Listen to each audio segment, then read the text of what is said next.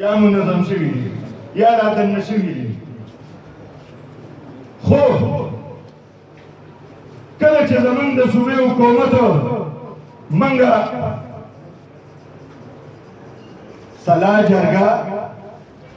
چې څه د پښتو او د اسلام روایت دي د هغې نه بعد چې نه کېده یو وړنګه روایي چې یاره دلته کې د سره من شي. خو زمونږ د هغه وخت آرمي چیف جنرال کیاني او زمونږ وزیر اعظم ګیلاني صاحب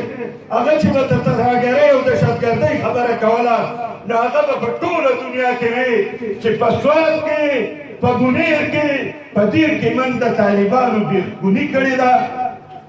او دلته چې دی هغه عنصر من ختم کړي دي او نن بیا هغه منظم کېږي. نو دا خو زما د هغه ریاستي ادارې سره باندې بیا دا غټ سوالي نشان دا خو به زه هم تپوس کوم دا به دې پښتونخوا تپوس کوي دا به دې پاکستان هم تپوس کوي او دا به دې بین الاقوام هم تپوس کوي چې دا د کومې ډلې بیا راپیدا شو چې دا یې خونې کړې ده او که راغونډېږي نو هغه ادارو ته موږ وایو چې موږ د سره یو خو دهشتګرد چې دی د ده مذهب هم نشته د ده دین هم نشته د ده دی چې دی د انسانیت دشمن دی سر چوټولو ته یې مه پرېږده ځکه چې سوات موږ نور خرابولو نه ورکوو. سوات ترقي موږ غواړو امن غواړو. دا د سیاحت وطن دی دا 4 میاشتې روزګار شي دلته خلک تعلیم خوښوي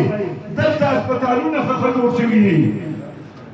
زمونږ ډاکټران پکې لګېدلي موږ یوه کې جوړ کړي دلته کې آباده کړي د فیلبونو دي. زه دا خبره ځکه ضروري ګڼم چې دا د ایربونو روپو وه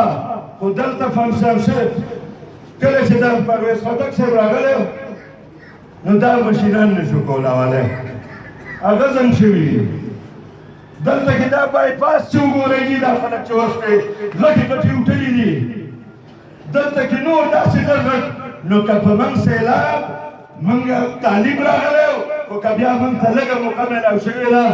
نو بیا دا پلونه یې ټول وړي او ټاور یې مړي او ګریډ سیشن یې مړي دا ټولې آبادي شوي دي او دا امیر حیدر خان اوتي د صوبې وزیر اعلی خو د صوبې وزیر اعلی چې په سوات باندې سخته وه زما یاد نشي او د هغه یاد نشي چې هغه څو ځله سوات ته راغلی هسې نه و راغلی سیلا دلته سوات دی په یربونو پنډونه راوړلي تاسو لا زما بچی به هزارې او دې خان ته ټول نن هغه په سوات یونیورسټۍ کې